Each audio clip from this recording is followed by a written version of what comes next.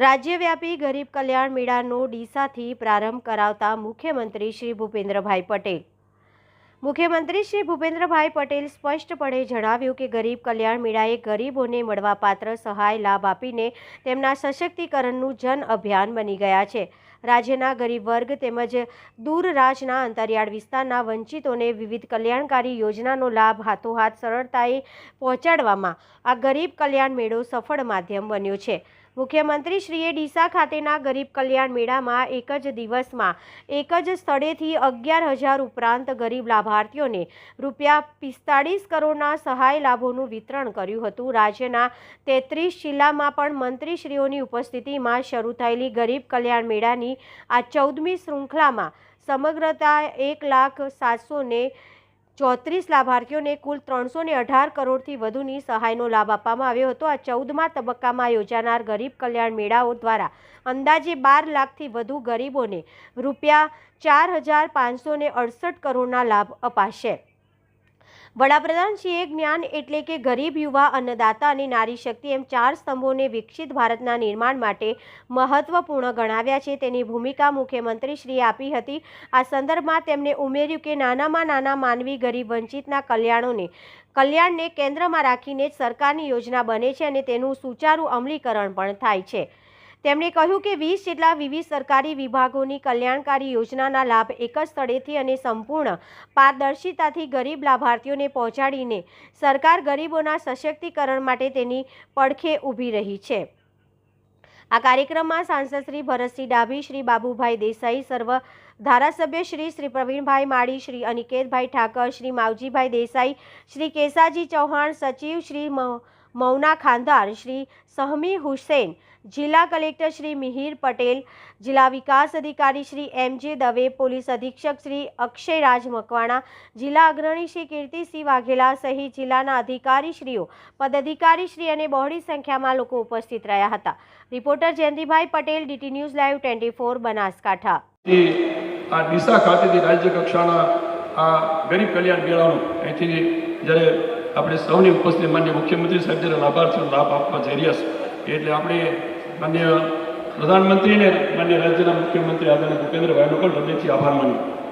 આ વર્ષમાં ખૂબ મોટી સંખ્યામાં આ લાભાર્થીઓને ગુજરાત રાજ્યના આદરણીય મુખ્યમંત્રી આદરણીય ભૂપેન્દ્રભાઈ પટેલ એમના હસ્તે સહાય અપાવવાની છે એટલે હું આપણે સૌ એમને પણ એમનો આભાર વ્યક્ત કરીએ અને આપ સૌના માધ્યમથી જે તેમણે કહેવાનું તેમ કે જે છેવાડાના માનવીની ચિંતા કરી છે પ્રધાનમંત્રી આદરણીય નરેન્દ્રભાઈને પણ આપણે યાદ કરીએ। આ જિલ્લાનો ખેડૂત સાચા અર્થમાં પાણીના મહત્વને સમજે છે, જેથી આધુનિક ખેતી અને સૂક્ષ્મ સિંચાઈના ઉપયોગમાં રાજ્યમાં મોખરાનું સ્થાન આ જિલ્લો ધરાવે છે। ખેતીની સાથે સાથે બનાસકાંઠા જિલ્લો દૂધ ઉત્પાદનમાં દેશમાં મોખરાનું સ્થાન ધરાવે છે। આપણે સૌ ગૌરવ લઈએ કે બનાસ ડેરી એશિયાની સૌથી મોટી સહકારી ડેરી છે। આ જિલ્લાના પશુપાલકો માટે એક આશીર્વાદ રૂપ બની રહી છે। કુદરતી સંસાધનો એની બાબતમાં આ જિલ્લામાં લઈએ તો આ જિલ્લો ખૂબ સમૃદ્ધ છે। આ જિલ્લામાં ચૂનાનો પથ્થર, માર્બલ, ગ્રેનાઇટ, બાંધકામના પથ્થર અને ચિનાઈ માટે જેવા મિનરલના ભંડારો રહેલા છે। રાજ્યના આરસ પહાડને મળી ખૂબ મોટા પ્રમાણમાં જથ્થો એટલે કે લગભગ 99% જેટલો જથ્થો આ બનાસકાંઠામાંથી મળે છે। બનાસકાંઠા જિલ્લો જિલ્લા કક્ષાનો ગરીબ કલ્યાણ મેળો છે। મારી સાથે રાજ્યમાંથી વિવિધ સ્થળોએ મારા સાથી મંત્રીશ્રીઓ જોડાયા છે, ધારાસભ્યો છે, સંગઠનના પદાધિકારી છે।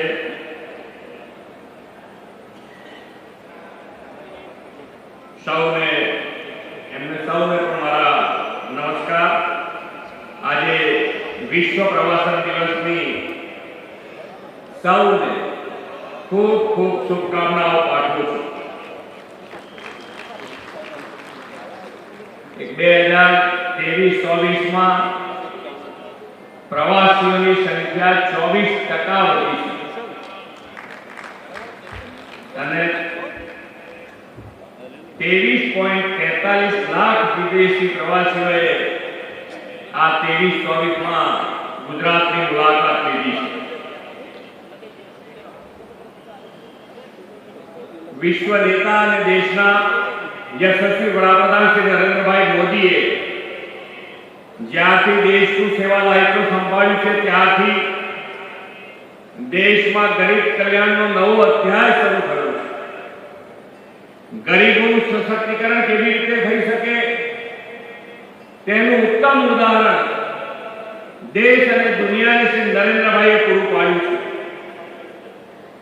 ગરીબોને સહાય સાધન આપીને તેમને આત્મનિર્ભર પગભર કરવાનો સેવા યજ્ઞ તેમના નેતૃત્વમાં દેશભરમાં શક્ય થયો છે.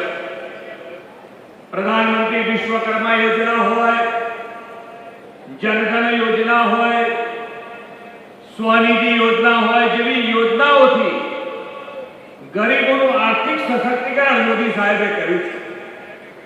એટલું જ નહીં, પ્રધાનમંત્રી ગરીબ કલ્યાણ અન્ન યોજના, આયુષ્યમાન ભારત યોજના, પ્રધાનમંત્રી આવાસ યોજના, આ બધી જ યોજનાઓના લાભથી પહોંચાડીને સામાજિક સુરક્ષા પણ માન્ય વડાપ્રધાનશ્રીએ અહીંયા આપી છે.